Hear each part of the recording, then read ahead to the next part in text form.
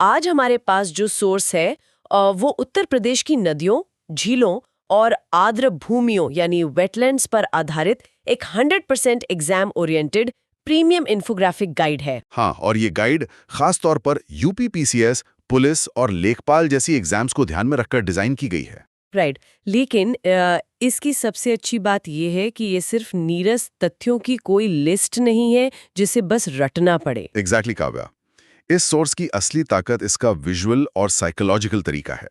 ये complex data को memory tricks और दिलचस्प भौगोलिक कहानियों में बदल देता है। और जब जानकारी विजुअल होती है ना, तो वो दिमाग में छप जाती है। तो चलिए इस विशाल भौगोलिक ताने बाने को डिकोड करना शुरू करते हैं। यूपी का विस्तार इतना बड़ा है कि इसको एक बार में समझना किसी चैलेंज से कम नहीं है। चलो अब अगली स्लाइड देखते हैं काव्या, जिससे ये चैलेंज थोड़ा आसान हो जाएगा। देखो, इस स्लाइड पर जो 3D ऑब्जेक्ट बना है वो एक 3 हिस्सों में बनता हुआ वाटर फाउंटेन है। ये फाउंटेन अलग अलग कलर्स में ग्लो कर रहा है। अच्छा, तो ये 3 कलर्स यूपी के रिवर सिस्टम के 3 मेन परिवारों को दिखाते हैं, उनके उद्गम के आधार पर। यमुना, घाघरा और गंडक। सदा नीरा मतलब जिनमें साल भर पानी रहता है, राइट? हाँ, क्योंकि इन्हें 2 जगह से पानी मिलता है। गर्मियों में ग्लेशियर्स पिघलते हैं और मॉनसून में बारिश का पानी मिलता है। और ये अपने साथ बहुत सारी उपजाऊ जलोढ़ मिट्टी यानी एल्यूवियल सॉइल भी लाकर मैदानों में बिछाती हैं। वाओ, ये तो एक परफेक्ट नेचुरल सिस्टम है। फिर दूसरा टियर किसका है? दूसरा ग्रीन टियर मैदानी नदियों का है, जैसे गोमती, वरुणा और साई।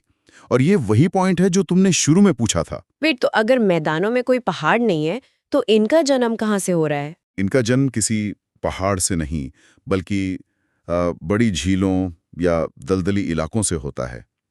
ये एक नेचुरल स्पंज की तरह काम करते हैं, जो बारिश का पानी सूख लेते हैं और साल भर धीरे धीरे उसे छोड़ते रहते हैं। अरे वाह, ये तो बहुत सेंसिटिव इकोसिस्टम लगता है। अगर बारिश कम हुई तो रिवर्स सूख जाएगी। एग्जैक्टली। और तीसरा टियर है दक्षिण से आने वाली पठारी नदियों का, जैसे चंबल, बेतवा, केन और सोन। ये एमपी के पठारों से निकलती हैं और इनमें गर्मियों में पानी बहुत कम हो जाता है। एक सेकंड, यहाँ बॉटम राइट में एक red exam alert box flash हो रहा है। इसमें लिखा है कि पठारी नदियाँ डायरेक्टली गंगा में नहीं मिलती। हाँ काव्या, एग्जाम के लिए ये बहुत बड़ा कैच है। ज्यादातर पठारी नदियां सीधे गंगा में नहीं बल्कि यमुना में जाकर मिलती हैं, क्योंकि पहाड़ का ढलान नॉर्थ ईस्ट की तरफ है। ये सच में एक इम्पॉर्टेंट डिटेल है। चलो अब हम अगली स्लाइड पर चलते हैं काव्या, जहां हम पूरे राज्य की जीवन रेखा की बात करेंगे। देखो, इस स्लाइड पर एक 3D एनिमेटेड मेन आर्टरी बनी हुई है, जो ब्राइट ब्लू कलर से ग्लो कर रही है और उसमें छोटी वेन्स आकर जुड़ रही हैं। ये डेफिनेटली माँ गंगा और उसकी सहायक नदियों का मैप लग रहा है। बिल्कुल। यूपी में गंगा की कुल यात्रा लगभग 1450 किलोमीटर की है। इस 3D मैप में एंट्री और एग्जिट पॉइंट्स को बड़े बोल्ड लेटर्स में हाईलाइट किया गया है। हाँ, मुझे दिख रहा है। बिजनौर से एंट्री और बलिया से एग्जिट। और सोर्स में इसको याद रखने की ट्रिक दी है गंगा बीबी। राइट। पहला बी मतलब बिजनौर और दूसरा बी मतलब बलिया। एग्जाम के प्रेशर में ऐसी ट्रिक्स बहुत काम आती हैं। और इस बेहद लंबे सफर में कानपुर, वाराणसी, प्रयागराज और मिर्जापुर जैसे बड़े शहर इसके किनारे बसे हैं। बट इतने बड़े नेटवर्क के लिए यमुना जैसी सहायक नदियों का रोल भी तो बहुत बड़ा होगा ना? बहुत बड़ा रोल है। यमुना सहारनपुर यानी फैजाबाद से यूपी में आती है और प्रयागराज में गंगा से मिल जाती है। यमुना के किनारे बसे शहरों की ट्रिक देखो, स्लाइड पे मैं लिखी हुई है। ओ मैट्रिक, म से मथुरा, ए से आगरा और आई से इटावा। ये तो बहुत सिंपल और इफेक्टिव है। हाँ, और अब रामगंगा को देखो, जो इस मैप में एक अलग ग्रीन पाथ से आ रही है। वो भी बिजनौर से एंटर करती है और कन्नौज में गंगा में मिल जाती है। विद सोर्स में एक बहुत इंटरेस्टिंग फैक्ट लिखा है, रामगंगा सीधे जिम कॉर्बेट नेशनल पार्क के बीच से निकलती है। ये तो एक मैसिव इकोलॉजिकल कॉरिडोर बनाती होगी ना, टाइगर्स और एलिफेंट्स के लिए एक हाईवे की तरह। बिल्कुल सही सोचा तुमने काव्या। ये सिर्फ पानी नहीं बल्कि पूरे जंगल का लाइफ सपोर्ट सिस्टम है। और इसके कन्नौज में मिलने की जो ट्रिक है वो बहुत फनी है। राम जी ने कन्नौज में इत्र लगाया। कन्नौज परफ्यूम के लिए फेमस है और वहां रामगंगा मिल रही है। Perfect connection. हाँ, और इसी के किनारे मुरादाबाद यानी पीतल नगरी और बरेली जैसे शहर हैं। श्योर, यहाँ भी एक red exam alert box popup हो रहा है यमुना के पास। हाँ काव्या, पढ़ो उसमें क्या लिखा है। इसमें स्ट्रिक्टली मेंशन किया गया है कि चंबल और बेतवा जैसी दक्षिणी नदियां पहले यमुना से मिलती हैं और फिर यमुना उनका पानी प्रयागराज में गंगा तक ले जाती है। एग्जैक्टली ये ड्रेनेज सिस्टम का फ्लो एग्जाम में सीक्वेंस वाले क्वेश्चंस में बहुत पूछा जाता है। सही कहा। चलो काव्या, अब हम अगली स्लाइड देखते हैं। इस बार का 3D विजुअल काफी इंटरैक्टिव लग रहा है। देखो, इस डिजिटल मैप पर कई रेड पिन्स पॉपअप हो रहे हैं और हर पिन एक कल्चरल आइकॉन में बदल रहा है। ओह वाओ, ये नदियों और उनके किनारे बसे शहरों की अलग आइडेंटिटी को दिखा रहा है, राइट? हाँ, नदियां और शहर कैसे एक दूसरे की पहचान बन गए हैं। सबसे पहले घाघरा, जिसे सरयू भी कहते हैं, उसे देखो।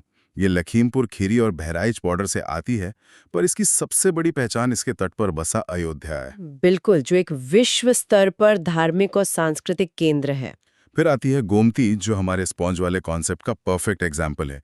ये किसी पहाड़ से नहीं बल्कि पीलीभीत की फुलहार झील से निकलती है। इसके किनारे नवाबों का शहर लखनऊ और ऐतिहासिक शहर जौनपुर बसे हैं। जौनपुर, जिसे शिराज़े हिंद यानी पूरब का सितारा भी कहते थे, गोमती के बिना तो उसका इतिहास ही अधूरा होता। एकदम सही कहा। और फिर केन नदी के किनारे बांदा है। लेकिन अगर हम दोबारा दक्षिण की नदियों की बात करें तो चंबल नदी का जिक्र जरूरी है। इस स्लाइड में देखो, चंबल की लाइंस कितनी जिगजैग और डीप बनी हैं। हाँ, ये जरूर उसके बेहद मशहूर बेहद या रवीन्स को दर्शा रहा है, जो ऊबड़-खाबड़ घाटियां हैं और इटावा के पास यमुना में मिलती हैं। बिल्कुल, गुल्ली एरोजन यानी अवनालिका अपर्दन की वजह से वहां ऐसी भूल भुलैया जैसी घाटियां बन गई हैं, बारिश और तेज बहाव के कारण। एक सेकंड सर, यहाँ टॉप कॉर्नर में एक बड़ा सा red exam alert box blink कर रहा है। ओह अच्छा, क्या हाईलाइट कर रहा है वो? ये एक मेजर कंफ्यूजन अलर्ट है। इसमें लिखा है कि स्टूडेंट्स अक्सर राप्ती और सरयू नदियों के बीच कंफ्यूज हो जाते हैं, क्योंकि गोरखपुर और अयोध्या दोनों पास-पास के धार्मिक केंद्र हैं। ये बहुत ही कॉमन ट्रैप है एग्जाम का, काव्या। गोरखपुर राप्ती नदी के किनारे है और अयोध्या सरयू के किनारे। इसे बिल्कुल क्लियर रखना है। हाँ, और इसमें एक और पॉइंट है रेड बॉक्स में, बेतवा नदी पर बने डैम्स को लेकर। हाँ, बेतवा जो हमीरपुर के पास यमुना में मिलती है, वो उस पर 2 बड़े बांध हैं, माता टीला और रानी लक्ष्मीबाई। इसकी ट्रिक तो तुम्हें याद होगी। हाँ, ट्रिक है, बेटा माता की सेवा करता है। बेटा से बेतवा और माता से माता टीला बांध। ये टिपिकल देसी ट्रिक बहुत आसानी से याद रहेगी। चलो अब अगली स्लाइड देखते हैं काव्या, जहां हम बहते पानी से आगे बढ़कर ठहरे हुए पानी यानी झीलों की बात करेंगे। ओह, इस स्लाइड का 3D विजुअल तो काफी मैजिकल सा है। हाँ देखो, इसमें ग्लोइंग पूल्स या झीलें बनी हैं, जिनमें से कुछ हिस्टोरिकल फिगर्स की परछाइयां निकल रही हैं। ये ट्रिक्स विजुअल मेमोरी को ट्रिगर करने के लिए हैं। ये काफी इंटरेस्टिंग लग रहा है। तो पहली झील कौन सी है? पहली है गोरखपुर का रामगढ़ ताल। स्लाइड में ट्रिक लिखी है, राम जी गोरखपुर में योगी जी से मिलने गए। ये गोरखनाथ मत कनेक्शन का यूज करके दिमाग में डायरेक्ट इमेज बनाती है। ये तो सच में दिमाग में छप गया। और संत कबीर नगर की बाखिरा झील के लिए क्या ट्रिक है? उसकी ट्रिक मेरी फेवरेट है। ट्रिक है, कबीर की सीधी वाणी पर अक्सर बखेरा या बखेरा हो जाता था। अरे वाह, मतलब उनके सटीक और कड़वे सच बोलने के स्वभाव को सीधा बखेरा शब्द से जोड़ दिया गया। ये तो हिस्ट्री और ज्योग्राफी का जबरदस्त मैशअप है। एग्जैक्टली। उसके बाद आगरा की कीथम झील है, जिसे सुर सरोवर भी कहते हैं। इसकी ट्रिक है, महान कवि सूरदास जी का संबंध आगरा और मथुरा क्षेत्र से था। राइट। और शाहजहांपुर के बड़ा ताल की ट्रिक भी बहुत ऑब्वियस और आसान है कि मुगल बादशाह शाहजहां ने बड़ा महल बनवाया, बड़ा महल से बड़ा ताल। सही पकड़ा। सर, यहाँ भी मुझे नीचे एक रेड एग्जाम अलर्ट बॉक्स दिख रहा है, जो स्पेशली बाखिरा झील को पॉइंट आउट कर रहा है। हाँ, उस अलर्ट बॉक्स पर ध्यान दो काव्या, वो बहुत क्रिटिकल है। उसमें लिखा होगा कि बखीरा झील सिर्फ एक ताल नहीं है, बल्कि एक रामसार साइट है। हाँ, एग्जैक्टली, यही लिखा है। रामसर साइट का टैग मिल